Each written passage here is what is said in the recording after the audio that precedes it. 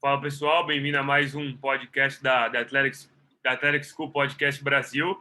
Hoje o nosso convidado é o Eric, ele é treinador de goleiro do São Paulo, do feminino. Então, Eric, obrigado por participar mais uma vez. Gustavo, obrigado por participar dessa vez também. Achei que ia esquecer de me apresentar aqui. Então, Eric, brigadaço, cara. E para começar, queria que você comentasse como que foi como que você começou a ser treinador de goleiro. Eu sei um pouco, mas fala aí como que despertou esse interesse para você em ser treinador de goleiro. Fala pessoal, obrigado Igor, obrigado Gustavo pelo convite. Respondendo a pergunta, acho que como todo mundo, eu sempre quis ser um jogador de futebol, né? Desde criança, sempre despertei esse sonho e desde o início eu começava a jogar no gol, né? Uhum. E o meu irmão, ele conseguiu ser um goleiro profissional de futebol, então sempre que eu tinha oportunidade eu acompanhava os trabalhos dele, né? Todo time que ele ia, eu acompanhava o que eu podia, sempre que podia ir aos treinos dele, e sempre gostava de ver aquele específico de goleiro, né? Que o goleiro sofre bastante, é sempre uma hora ali de trabalho muito intenso, o goleiro caindo no tempo todo. Eu sempre gostei disso. E aí depois, quando eu entrei na faculdade, comecei a fazer faculdade de educação física, me veio esse sonho, né, de trabalhar com futebol. E aí eu comecei a buscar um pouco mais, acompanhar os trabalhos, né, de alguns preparadores, buscar acompanhar mais de perto. E aí foi onde eu conheci o Igor, né? Eu estava procurando fazer algum trabalho de preparador, mais voltado no futebol, e aí eu encontrei o São Bernardo, o Esporte Clube São Bernardo, que é na cidade vizinha de onde eu moro, em Santo André, né? E, e aí eu consegui fazer um trabalho como um auxiliar de preparador de goleiros lá, meio que um estágio, né?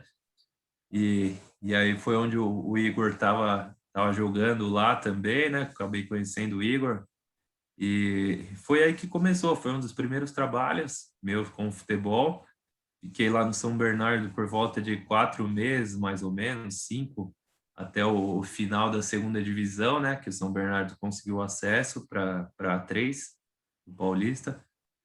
E aí, saindo de lá, acabei saindo por algumas outras questões, não trabalhando com futebol. E aí, depois de algum tempo, no ano seguinte, em 2018, eu consegui trabalhar com o futebol feminino lá no Centro Olímpico, né? Quando eu me formei em educação física, eu comecei a buscar um trabalho mais voltado ao futebol, né? Era o que eu gostaria de trabalhar. E aí eu consegui iniciar um trabalho lá no Centro Olímpico. Ele é voltado ao futebol feminino e foi onde eu trabalhei nas categorias de base lá. Eu trabalhava com a categoria de sub-11 até o sub-15 e eu fiquei mais ou menos uns 3, 4 meses lá no Centro Olímpico. E aí, depois disso, o Centro Olímpico já tinha uma parceria com o São Paulo, nas categorias de base, e no ano seguinte, o São Paulo ia começar com a categoria profissional do feminino. E aí, o treinador que estava lá no Centro Olímpico acabou migrando para ser treinador do São Paulo, e aí ele não tinha um treinador de goleiros, né? Na verdade, o que trabalhava com ele acabou não dando certo por alguns motivos. E aí ele fez esse convite para mim, lá no final de 2018, né? Para iniciar a temporada 2019. E aí eu comecei a temporada 2019 lá no São Paulo e estou até hoje. Uhum. Pô, legal, cara, que bacana. E uma coisa que a gente costuma pregar muito aqui é sempre assim buscar conhecimento, né? Buscar experiências novas e aprender com as dificuldades e tudo mais, né?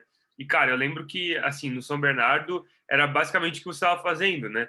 Porque você estava na faculdade, você chegava lá para treinar e meu, você só queria literalmente aprender, né? Tá ali no Sim. meio, não era, você não estava ganhando nada, você estava lá exatamente para aprender. Então, quando eu lembrei disso ali, daquela experiência que a gente teve lá, tinha certeza que você era o cara para a gente trazer, porque é, esse, esse, esse feeling, né, esse sentimento de querer aprender mais ali, acho muito, muito importante, né, para a gente como atleta, né? E aí, cara, eu queria te falar, você comentou do futebol feminino, né? E eu queria te perguntar como que tá o futebol feminino hoje no Brasil. Ainda, eu sei que não é valorizado, né? Mas eu queria saber como que é alguém falando de quem tá lá dentro, né? E Aham. que tipo de problema vocês passam? Ou o São Paulo, por ser um time grande, não tem tanto problema? Como que é? Cara, pegando um pouquinho do seu gancho que você comentou ali, é uma coisa que eu sempre priorizei, é sempre estar aprendendo, né? Tipo, acho que a gente nunca sabe tudo. A gente sempre tem alguma coisa a mais para aprender. Então, eu tenho um estilo de trabalho, de repente um outro preparador tem outro estilo. Então, acho que sempre tem essa troca de ideia, dá para eu aprender um pouquinho com o outro aprender um pouco comigo. Então, a coisa que eu gosto muito é de estar sempre aprendendo algo novo, né? E é isso que você comentou um pouquinho. Em relação ao futebol feminino, quando eu iniciei lá no São Paulo em 2019, o São Paulo tem uma estrutura muito boa, mas ainda não atingia tudo que poderia, sabe? Então a gente trabalhava, os nossos treinos eram todos os dias no campo do Social do Morumbi, que é atrás do estádio, né? É onde os sócios utilizam. E é uma estrutura boa, mas assim, nada comparado a Barra Funda e Cotia, né? Cotia é sensacional, cara. E assim, e aí 2020, com a pandemia, fechou o clube, né? O Social do Morumbi, e aí a gente começou a ter mais acesso a Cotia e Barra Funda, que tem uma estrutura excelente, não dá nem para citar, para comparar com qualquer outra estrutura assim de social.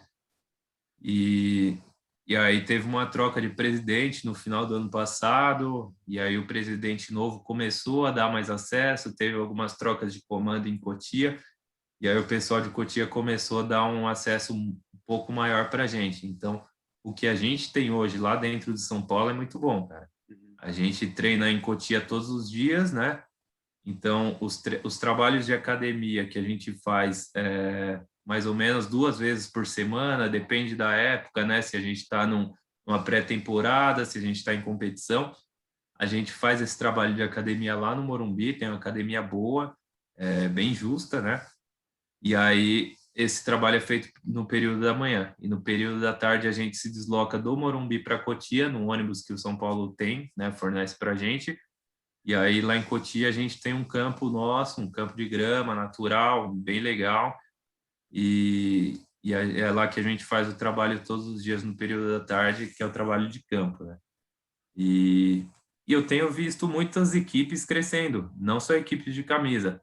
Acho que as equipes em geral, tem várias equipes que são mais tradicionais, né, no futebol feminino, tem acompanhado o crescimento das equipes de camisa, mas principalmente as equipes de camisa têm investido um pouquinho mais, têm colocado mais grana, investir um pouco mais em contratação, está dando uma estrutura maior para treinamentos, para os jogos serem nos estádios das equipes masculinas, né? Então, acho que, assim, com o tempo, o futebol feminino está crescendo bastante. E é bastante na linha do que você falou ali, aos poucos vocês foram conseguindo mais acesso à estrutura e tendo mais, mesmo dentro do São Paulo, vocês foram conquistando mais coisas lá dentro e tendo acesso a mais ferramentas para trabalhar melhor. Isso eu acho que é muito legal e é muito acredito que seja muito da luta do futebol feminino, né? Ser mais reconhecido e ter mais, acho que o principal é a estrutura mesmo, para poder trabalhar, ter condições de trabalhar. E, cara, queria pegar o gancho para te perguntar, tu imaginou no começo da tua carreira que tu ia trabalhar com futebol feminino ou tu acha que as oportunidades foram aparecendo e acabou te levando para esse caminho? Cara, eu não imaginava. É um pouco do que você falou, foi acontecendo e foi me levando, né? Porque em 2017, quando eu iniciei o trabalho como um estágio lá no São Bernardo, era um futebol masculino, profissional, e depois eu tive que sair de lá por outras questões. Eu estava no final do curso de educação física, eu precisava concluir estágio. Lá no São Bernardo não era remunerado, eu ia mais para adquirir um conhecimento, a vivência com o futebol.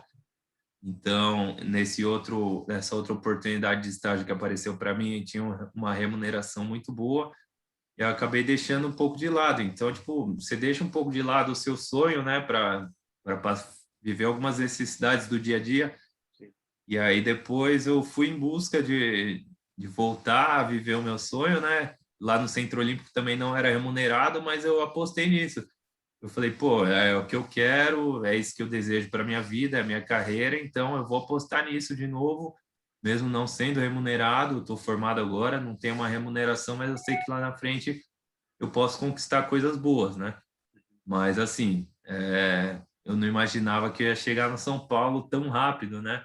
Eu trabalhei no Centro Olímpico, acho que 3, 4 meses, apareceu essa oportunidade aí, e assim, na hora que foi enviada o treinador me mandou uma mensagem perguntando se eu tinha interesse, que ele tinha indicado o meu nome. Eu falei, pô, não precisa nem perguntar, né?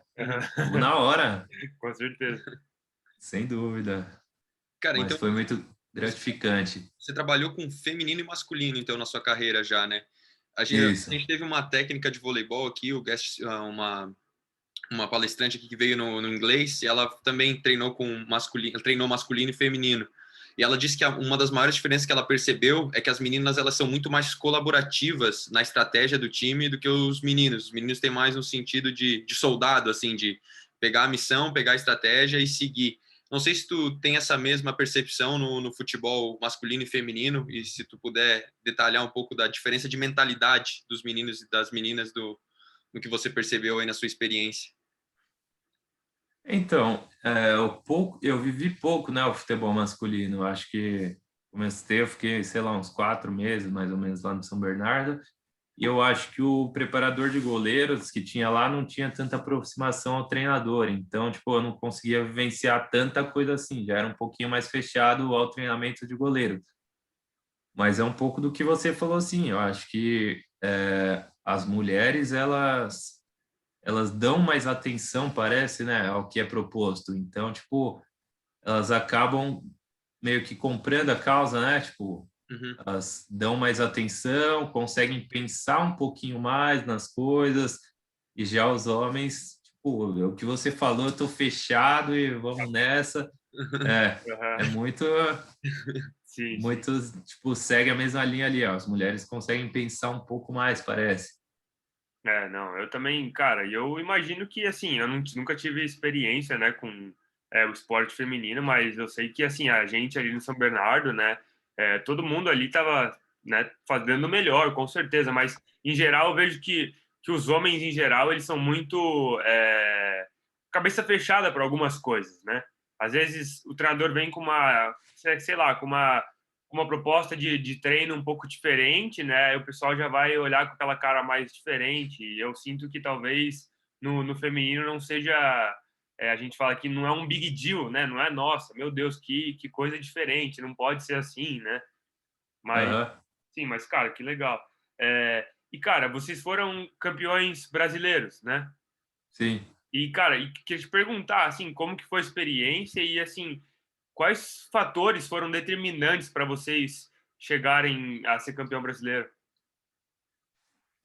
Então, o campeonato que a gente conseguiu ser campeão foi a segunda divisão, né? Foi no primeiro ano de projeto. A gente entrou na segunda divisão do Campeonato Brasileiro, por ser primeiro ano que estava sendo realizado o projeto. E assim, quando começa o projeto, é claro que você tem a expectativa de ser campeão, né? Primeiramente, o objetivo é conseguir o acesso para a primeira, mas inicialmente você fala, pô, a gente vai ser campeão, vamos brigar por isso, vamos trabalhar por isso.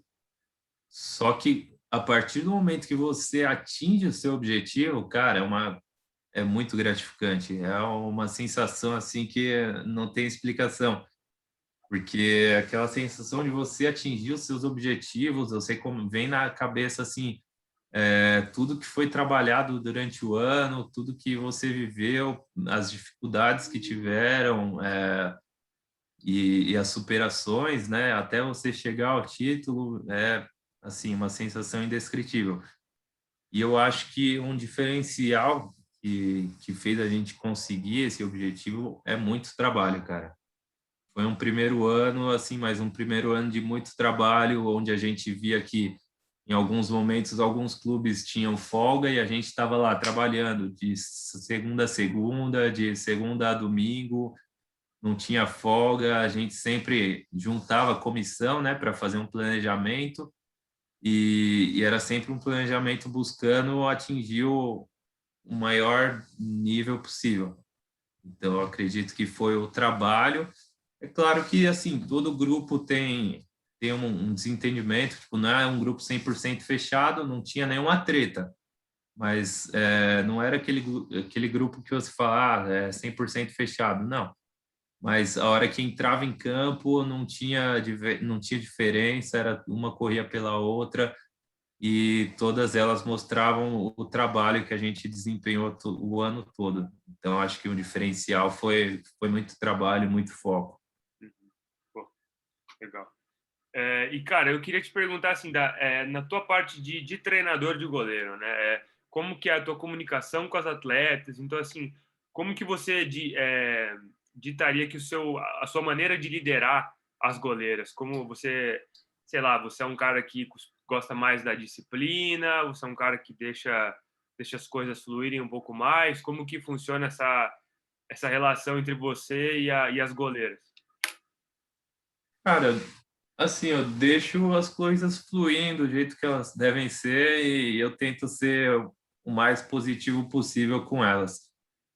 Eu acho que entre os goleiros já tem uma união muito forte, né? Você vivenciou um pouco disso, você sabe falar sobre isso também.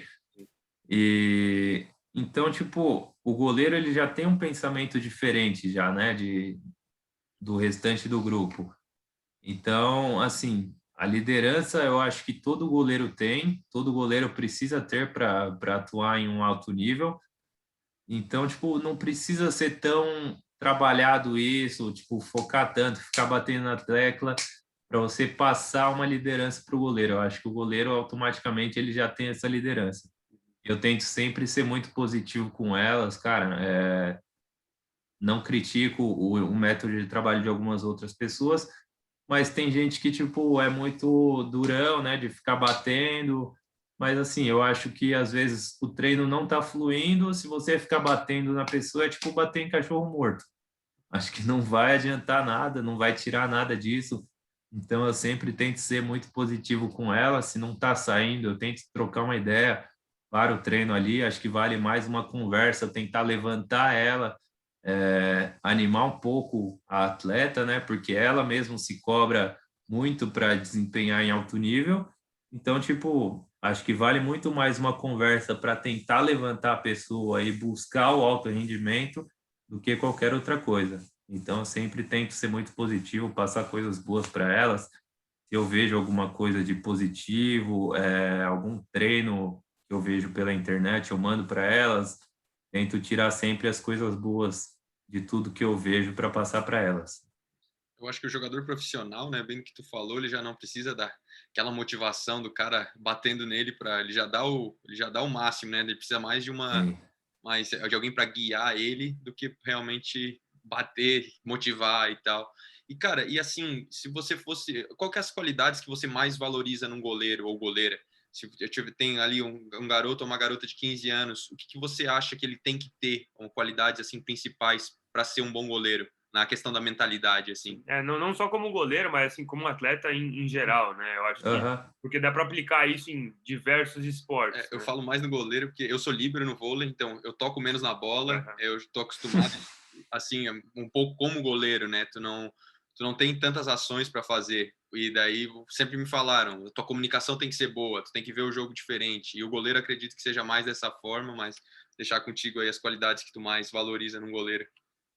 Exatamente, é um pouco do que o goleiro passa, né? Não é muito exigido, mas a hora que chega você tem que saber resolver, né? Mas, cara, um negócio que eu acho que é essencial para o goleiro é coragem. Acho que todo goleiro, quando ele se torna goleiro, ele tem muita coragem por encarar essa posição. É uma posição muito diferenciada, é aquela que você vai tomar porrada o tempo todo. Se você cometer um erro, já era, você entregou o jogo. Então é de muita coragem, é muita coragem para enfrentar, né, os enfrentamentos que tem do jogo. Eu acho que esse é o principal, é a coragem. Mas além de tudo, acho que de todo atleta, independente se é goleiro ou não, é muita personalidade, né? Acho que muita gente trata o jogador de futebol como se fosse uma vida muito fácil, mas só quem tentou ser um atleta, quem foi um atleta, pode falar isso.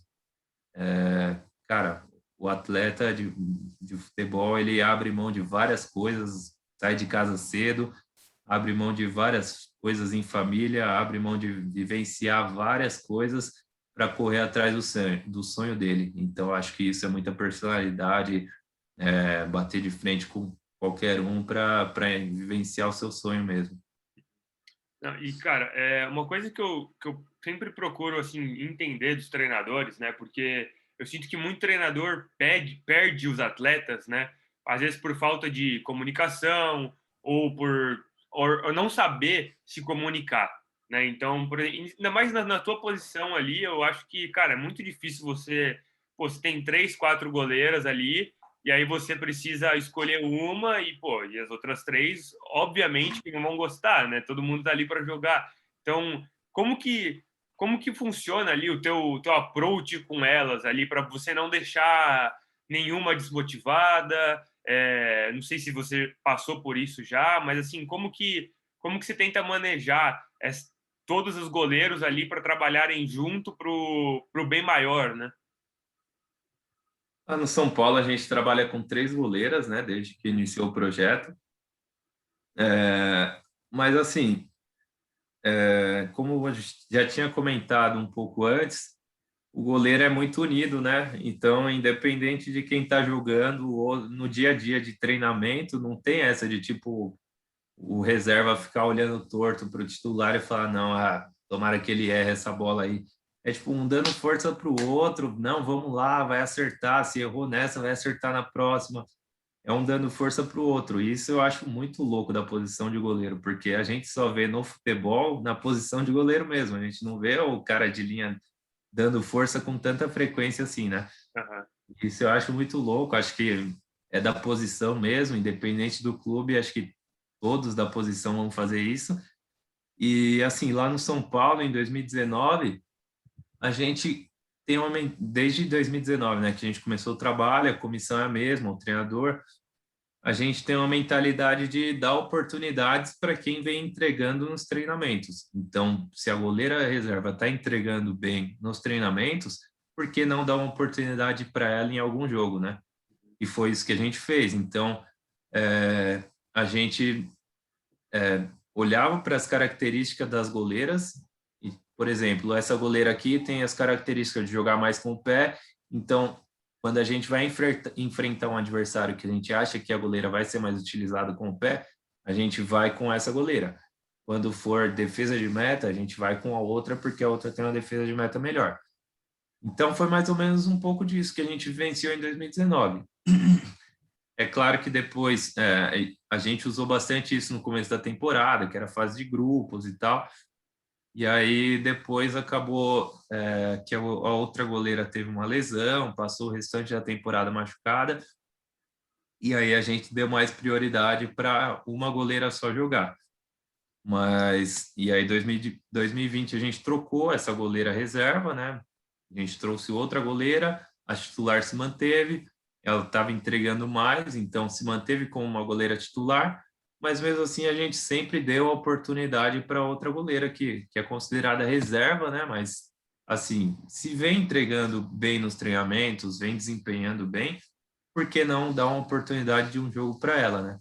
E a gente tem feito isso sempre. Ano passado a goleira que é reserva, entre aspas, jogou 5 jogos na temporada, que a gente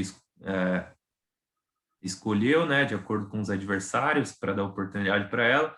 Esse ano ela fez 2 jogos na temporada, isso porque a gente teve o Campeonato Brasileiro só, né? O Campeonato Paulista vai iniciar agora, no segundo semestre, junto com o Brasileiro, que tem a continuidade. Então, a tendência é ela fazer mais alguns jogos também. Então, eu acredito que isso de você dar oportunidade para quem está entregando acaba sendo um pouquinho mais tranquilo de lidar. Não fica aquele negócio tipo, não, você só vai jogar se o outro machucar, né? Se a outra goleira machucar. Então, ela sabe que se ela estiver entregando, estiver se dedicando nos treinamentos, em algum momento a gente vai olhar para ela e falar, hoje você vai jogar. Então, acho que é um pouquinho mais tranquilo. Ela se motiva um pouco mais pensando nisso. Eu acho que é um método bem legal, até porque tu, cara, mantém motivado e é uma democracia, uma meritocracia. E, cara, e é bem que ele falou, tipo, eu não sou treinador, mas vendo como atleta, se os princípios são claros, se eu me esforçar, se eu atingir esses objetivos, eu vou ter chance de jogar. É bem claro, e daí tu sabe, pô, se o cara tá entregando mais que eu, ele tá jogando, eu também não posso ser egoísta e achar que eu tenho que jogar no lugar dele, sendo que ele tá entregando mais que eu. Então, sempre manter essa comunicação clara, eu acho que como atleta é o que deixa a gente mais tranquilo de trabalhar e lutar para tentar o lugar no time. Com certeza. Mas no futebol masculino é um pouco difícil de se ver isso, né? Se eu não me engano, eu vi isso no ano passado no Campeonato Paulista, a Inter de Limeira revezava goleiro. Se eu não me engano, foi a Inter de Limeira, a cada jogo era um goleiro. Então, tipo, passou o campeonato, sei lá, o campeonato teve 20 rodadas, cada um fez 10 partidas e, pô, se você pensar, é muito louco, né? Se os dois estão em alto nível, estão entregando bem, por que não revezar? Exato. Não, e eu acho que tem muito treinador que fala em questão de mudar o goleiro, pode mudar muito o time e tudo mais, mas, cara, eu acho que é o que você falou. Pô, se os dois estão entregando, por que não dar oportunidade para os dois? Até porque todo mundo tá ali que quer jogar, né? Então, assim, Sim, pô, não tem melhor maneira de você mostrar para o time, para os outros jogadores, que com um exemplo, né? E falar, pô, ó, se você trabalhar forte, se você fizer o que a gente tá te pedindo, você vai jogar, entendeu? E eu acho que isso só motiva ali o time a continuar dando o máximo, né?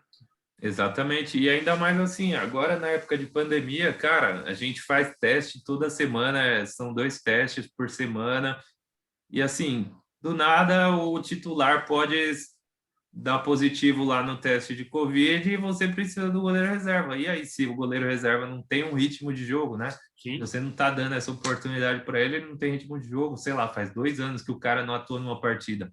Fala que Então é vai precisar jogar, confiar nele. toma até um susto. E você precisa confiar nele, né? Uhum. Não, realmente, cara, nossa, eu acho isso. O que você falou, é muito legal. Eu não tinha parado para pensar nisso, mas, meu, isso é muito. Ainda mais agora, né? A gente não tá acostumado com isso, mas, pô, se o cara pega. Tantos goleiros a gente viu começar a jogar, né? Que acho que foi no Santos mesmo, no profissional. Meu, um machucou, aí o outro pegou Covid, aí o outro também pegou, acabou trazendo um menino da base lá, que nunca imaginou que poderia jogar, entendeu? Não num E assim, primeiro período, né?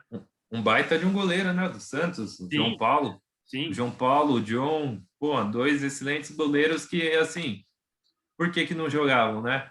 Aham. Aí, assim, o Vanderlei era o titular, né, no ano anterior, acabou saindo, e aí eu não sei o que aconteceu, que surgiu a oportunidade para os dois, e 2 baita goleiros. Sim. E Acho que agora? até o goleiro do Flamengo, né, o Hugo, eu Aham. não sei, acho que o Diego Alves machucou, surgiu o Hugo, pô, mostrou um puta potencial aí, ninguém conhecia. Sim. Não, e agora no Santos eles estão revezando, né?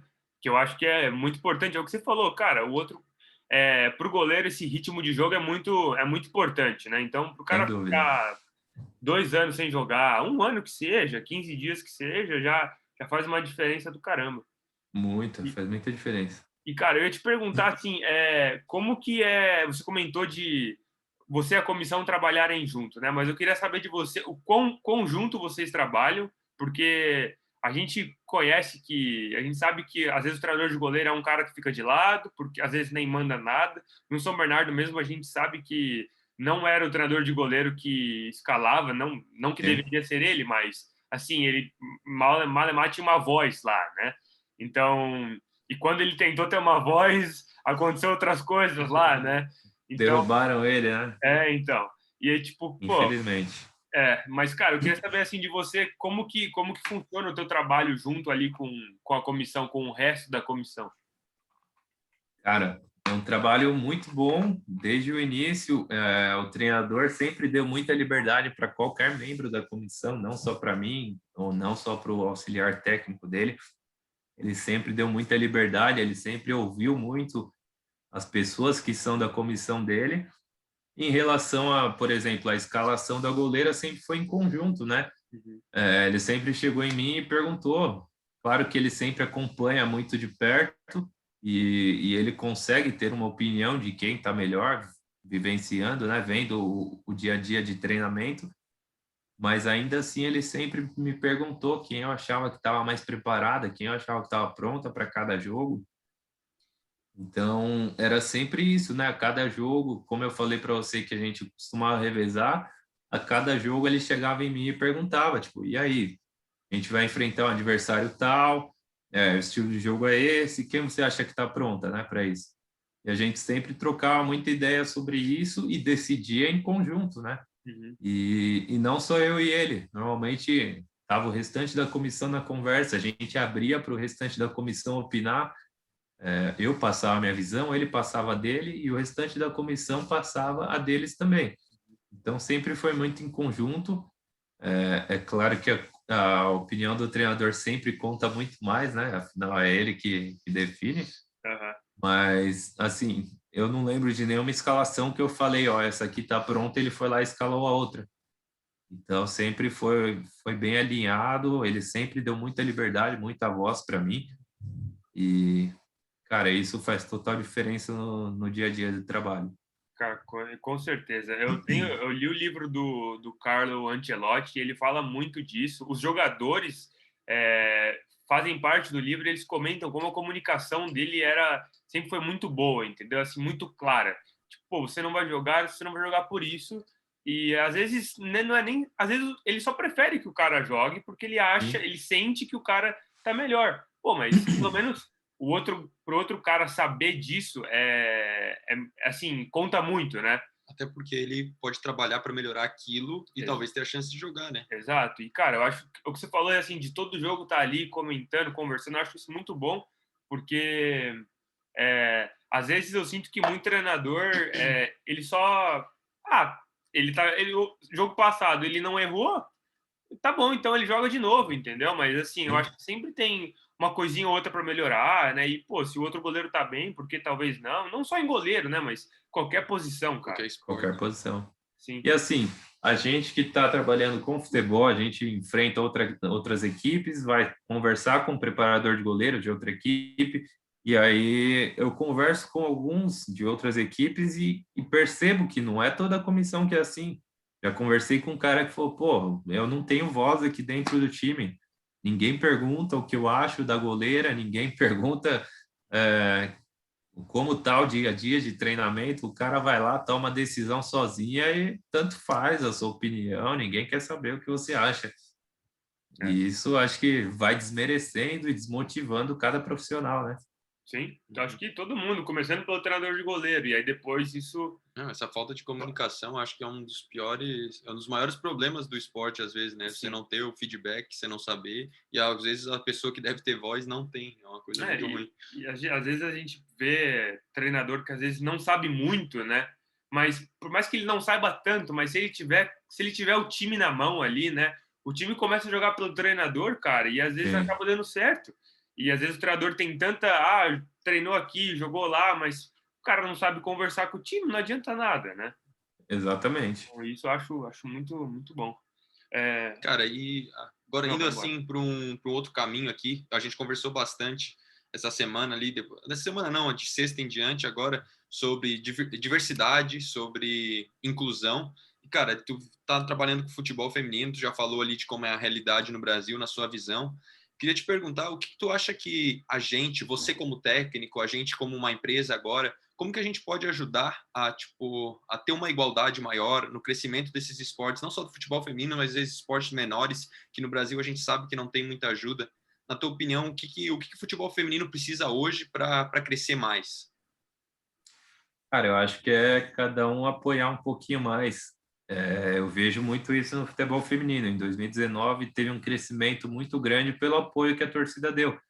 Uhum. Acho que começou aquele boom, né, no futebol feminino, a galera começou a acompanhar um pouquinho mais, ver notícia, comentar mais, publicar mais, e aí começar os jogos de futebol feminino, quando tinha torcida, sempre foram gratuitos para a torcida, ninguém pagava nada para entrar no estádio, e ainda assim era muito baixo o público, né? E em 2019 cresceu muito. Quando a gente chegou na final do Campeonato Paulista contra o Corinthians, os ingressos foram gratuitos, mas assim, o Morumbi teve 20 mil pessoas. E aí, quando foi o segundo jogo lá na Arena do Corinthians, 30 mil pessoas no estádio. Então, tipo, foi o final do ano, foi um crescimento muito grande. Teve transmissão da Sport TV, teve transmissão de outros canais. Então, acho que é isso que todo esporte precisa, não só o futebol feminino. O futebol feminino cresceu muito através disso, pelo acompanhamento, pelo incentivo do público, e aí isso gerou um incentivo maior de quem tem força, que são as televisões, né? Os canais, e acho que é isso que todo esporte precisa, de mais acompanhamento, de mais torcida, do público acompanhar mais de perto, não só, tipo, sei lá, modalidade do skate. Eu acho legal, mas tanto faz. Acho que é acompanhar um pouco mais, saber um pouco mais da história de cada um, ver uma competição, publicar sobre isso, e aí acho que isso tem a tendência de ir crescendo. Cara, eu concordo muito com o que você falou, ainda mais ali que você falou da televisão, não só a televisão em geral, mas as mídias, até as mídias digitais. Se a gente abre espaço para cada vez mais esportes, a gente acaba espalhando um pouco mais de conhecimento, mesmo que a gente não atinja tantas pessoas, mas são várias contas de Instagram, vários canais de YouTube dando voz para esses esportes e você acaba acontecendo mais o que você falou, a pessoa vê, se interessa, pesquisa, pô, é skate, pô, a história do cara. Nossa, o cara tem uma história muito massa, velho. Eu gosto Sim. desse cara e você acaba se interessando mais e é por isso que eu achei bem legal que você falou não só da televisão, mas das mídias digitais em geral. Isso acontece muito, né? Às vezes uma página, o futebol feminino tem várias páginas no Instagram que não são tão grandes, não são reconhecidas, mas assim, são de pessoas que gostam da modalidade, que fazem para tentar fazer acontecer, né? Faz aquele trabalho pela paixão do futebol feminino para tentar fazer acontecer, para tentar ajudar no crescimento. Eu acho que deu muito certo isso. É uma página que não tem tanta gente seguindo, mas está sempre ali publicando, independente de quantas pessoas estão vendo, está fazendo o trabalho, e isso foi dando certo. Pô, legal, cara. Cara, tem algum recado? Vamos Não, perguntar a última. para as considerações finais, a pergunta mais importante aqui do Sim. nosso podcast. Não, antes eu queria falar, então vamos deixar aqui para quem está ouvindo, vai atrás dessas páginas, compartilha, que eu acho que isso ajuda muito, né? Isso não só para futebol feminino, mas qualquer esporte que a gente Qualquer sabe modalidade. que não, qualquer modalidade. E a gente sabe que no Brasil, cara, não está jogando futebol, normalmente não está sendo valorizado como deveria, né? E o Brasil tem muito esporte bom, tem muito talento e, cara, se a gente cada um compartilhar ali, todo mundo já ajuda um pouco, Sim, né? eu acho que ainda mais parar com esses comentários de, por exemplo, não gosto de futebol feminino, não importa, ou não gosto de judô. Tipo, cara, né, tu tem que valorizar cada esporte porque, cara, tu não sabe a história daquela pessoa que tá ali, ainda mais, e provavelmente ele tá dando muito da vida dele para ter sucesso. Eu acho que cabe a gente valorizar todos os esportes. Então, Exatamente isso que você falou, cara. Se você for buscar a história de cada um, você vai querer acompanhar mais ainda, porque por trás de uma pessoa tem uma história muito louca sempre.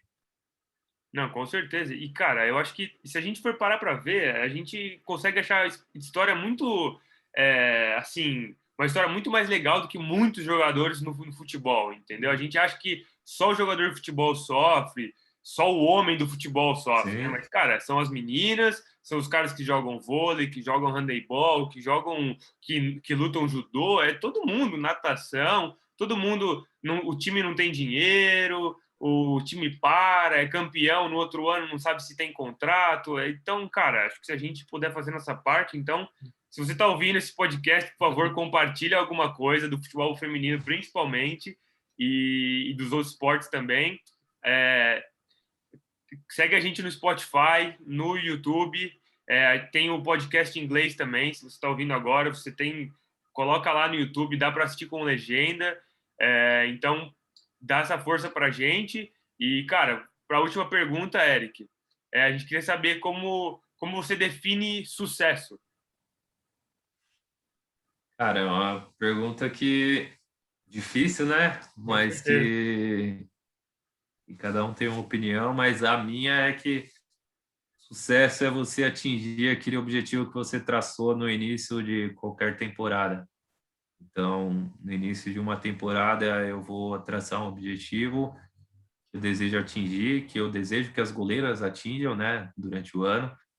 E para mim o sucesso é isso, chegar no final da temporada, você vê o quanto a pessoa evoluiu, você vê o que a pessoa atingiu e se atingiu o objetivo que você traçou em conjunto no início da temporada, é melhor ainda, é sensacional, que é um pouco daquilo que eu falei no início do podcast sobre o título, né? A gente sempre colocou como objetivo o título.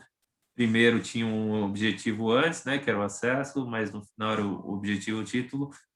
E assim, não depende só do trabalho individual, né?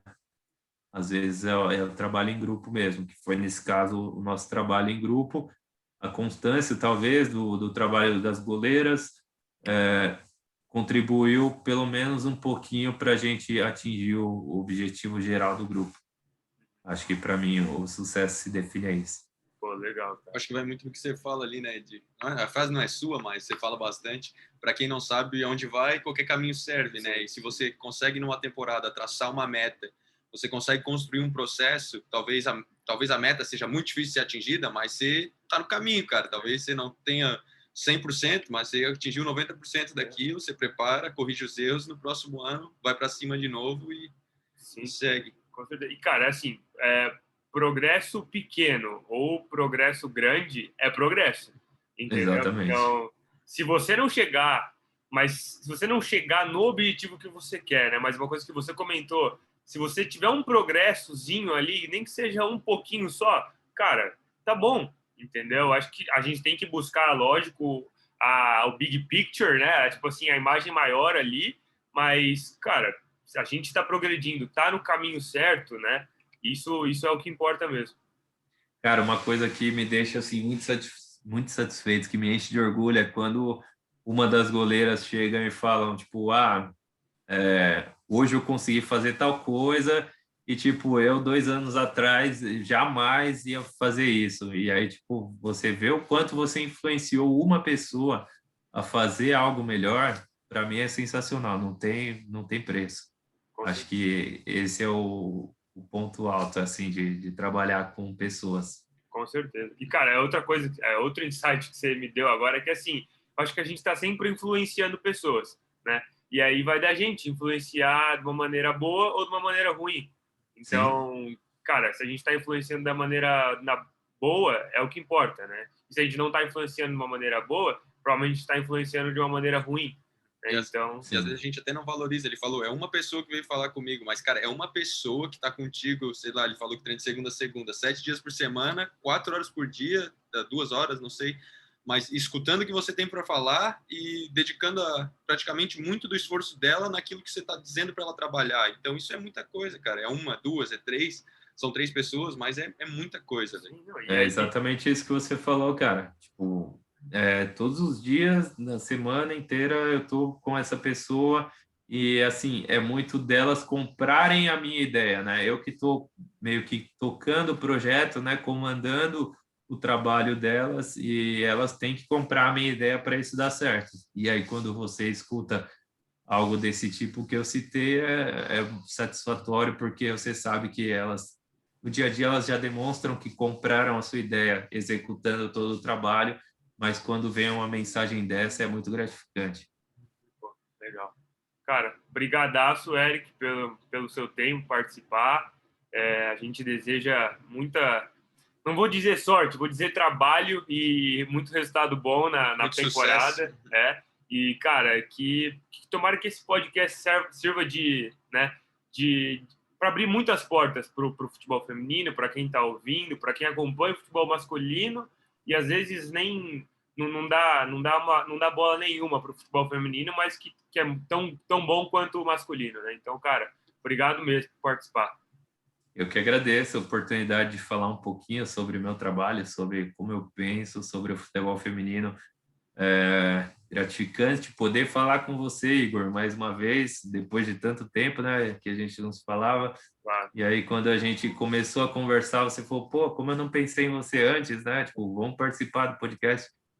E isso foi muito legal, poder conversar um pouquinho com vocês, conhecer o Gustavo um pouco, uma pessoa boa, pelo pouco que eu vi, com boas ideias.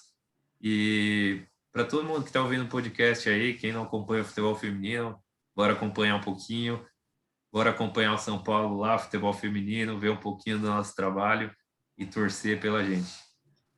Eu também te agradeço, obrigado pelo elogio, foi um prazer te conhecer, muito obrigado por ceder teu tempo e estar aqui com a gente. E, cara, quem está escutando isso aí é o que o Eric falou, velho, pesquisa um pouco futebol feminino, vê se interessa, pesquisa a história dos atletas, para saber o que eles passam antes de falar qualquer besteira, velho, pesquisa antes. E é isso aí, cara, é uma luta que eu acho que todo mundo tem que comprar, e é a diversidade, a inclusão, a igualdade de todos os esportes, e a gente tá junto nessa, cara. Agradeço pelo recado, porque eu sei que faz total diferença isso. Acho que às vezes a gente está ouvindo qualquer coisa, nunca pensou em algo do tipo, e a pessoa que estiver ouvindo o podcast vai ouvir vocês falando, dando esse recado e vai pensar um pouquinho mais, né? Vai lá acompanhar o trabalho do São Paulo no futebol feminino, vai ver uma atleta lá, vai querer acompanhar um pouquinho da história. Então, eu só tenho a agradecer. Beleza. Falou, Eric. Valeu, brigadaço. Até a próxima. Valeu, até a próxima.